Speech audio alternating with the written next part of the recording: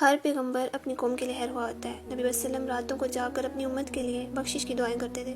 موسیٰ علیہ السلام بھی اپنی قوم کے مطالبے پورے کرنے کے لیے اللہ تعالیٰ سے بے حد دعائیں کرتے تھے، لیکن قوم کبھی بھی فساد کرنے سے باز نہیں آئی تھی۔ اسی لیے سورہ بقرہ آیت 60 میں بنی اسرائیل کو فساد سے رکنے کا حکم دیا گیا ہے۔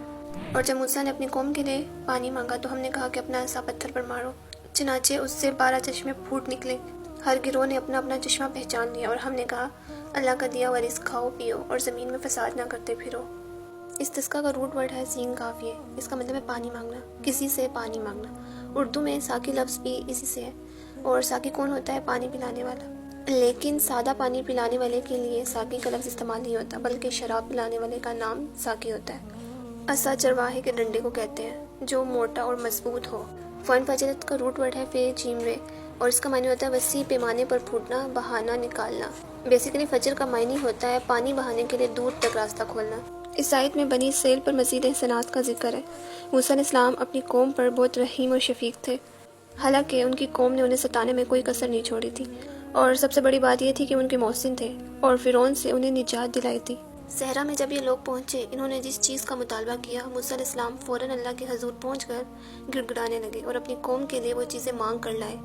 انہوں نے کھانے کا مطالبہ کیا، من و سلوہ اتارا اللہ نے، پانی کے لیے پتھر سے پانی بہایا، پھر ان کے پاس ٹھکانہ نہیں تھا تو بستی میں جانے کا کہا، اس طرح صحرا میں سایہ نہیں تھا تو بادلوں کا سایہ کیا۔ جو کچھ یہ مانگتے تھے موسیٰ علیہ السلام ان کے لیے اللہ تعالیٰ سے دعا کرتے تھے، اور ان کے مطالبے پورے کروانے کے بعد ایک ایک نعمت ان کو دی گئی۔ لیکن ان کا کیا حال تھا کہ کوئی حکم نہیں مانتے تھے، ہر بات میں اپنی مرضی، ہر چیز میں تبدیلی۔ موسیٰ علیہ السلام اپنی قوم کے لیے پانی مانگتے ہیں، اور دیگر انبیاء کی بھی یہی سنت رہی ہے۔ نبی صلی اللہ علیہ وسلم نے بھی نماز کے منبر پر پانی مانگا اپنے لوگوں کے لیے۔ جب بارش نہ ہو تو نماز استسقاء پڑھنا، بارش کی دعا کرنا، یہ ایک مسنون طریقہ ہے۔ موسیٰ علیہ السلام نے جب دعا کی تو اللہ تعالیٰ نے ان کے لیے 12 چشمے جاری کیے۔ عینن چشمے کو کہتے ہیں، اور عین عربی میں آنکھ کو بھی کہتے ہیں، کیونکہ آنکھ اور چشمے میں ریزیمبلنس ہے۔ آنکھ بھی ایک سولڈ چیز ہے، اس کے اندر ایک سوراخ ہوتا ہے جہاں سے آنسو بہتے ہیں۔ اسی طرح پتھروں سے بھی پانی نکلتا ہے، اور چشمے کو خاص طور پر ہم دیکھیں گے تو سوراخوں کے اندر سے پانی نکل رہا ہوتا ہے۔ جاری چشمے کے لیے بھی یہ لفظ استعمال ہوتا ہے۔ 12 چشمے اس لیے تھے کیونکہ یہ 12 قبیلے تھے، اس طرح سب کو اپنی اپنی جگہ مل گئی کہ پانی کہاں سے لیا جائے۔ یہاں پہ بھی ڈسپلن کی بات ہے کہ جہاں بھی بہت سے لوگ کام کر رہے ہوں تو وہاں ایک منظم طریقے سے کام کیا جائے، گروپ بنائے جائیں تاکہ کوئی لڑائی جھگڑے نہ ہو، کیونکہ آپ نے دیکھا ہوگا کہ بعض جگہوں پر پانی پہ لڑائی جھگڑے ہوتے ہیں کیونکہ کوئی خاص اور بہتر انتظام نہیں ہے۔ مشرب کا روٹ ورڈ ہے شین رے بے، اور اس کا مطلب ہوتا ہے پینا۔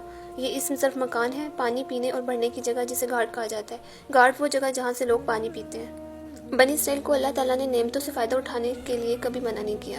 دین میں نعمتوں کے استعمال سے نہیں روکا گیا، بلکہ اسراف سے منع کیا گیا ہے۔ بعض لوگ یہ سمجھتے ہیں کہ نعمتوں کا نہ کھانا نہ پینا یہ پرہیزگاری ہے، تقویٰ ہے۔ نہیں، حلال ہو اور صاف ہو، جو اللہ تعالیٰ نے دیا اسے استعمال کیا جائے اور پھر شکر ادا کیا جائے، کیونکہ اللہ تعالیٰ نے یہ چیزیں اس لیے تو نہیں بنائی کہ ضائع چلی جائے اور بیکار چلی جائے۔ کھانے پینے سے منع نہیں کیا گیا، بلکہ فساد کرنے سے منع کیا گیا ہے۔ تعصو شدت فساد کے لیے لفظ استعمال ہوتا ہے، ذہنی اور فکری بگاڑ، کسی پر ظلم و زیادتی کرنا، کسی کو اس کا حق نہ دینا۔ یہاں پر بنی اسرائیل کو فساد کرنے سے منع کیا گیا اور اصلاح کرنے کا کہا گیا۔ اور اصلاح کیسے ہوتی ہے؟ نعمتوں کا استعمال کر کے، جتنا ملے اس پر قناعت اور عاجزی اختیار کر کے، اکڑے اور بگڑے نہیں، کھاؤ اور پیو، اور اگر کبھی نہ ملے تو شکوے نہ کرو بلکہ شکر کرو، اور جتنا ملے اس پر قناعت یعنی مزید کی حرص نہ کریں۔ فساد بیسیکلی ناشکری، بے صبری، حسد، لالچ، اور اگر کچھ مل جائے تو تکبر کرنے سے پھیلتا ہے۔ رزق کا کسی کے پاس ہونا برا نہیں ہے، برا کب ہوتا ہے؟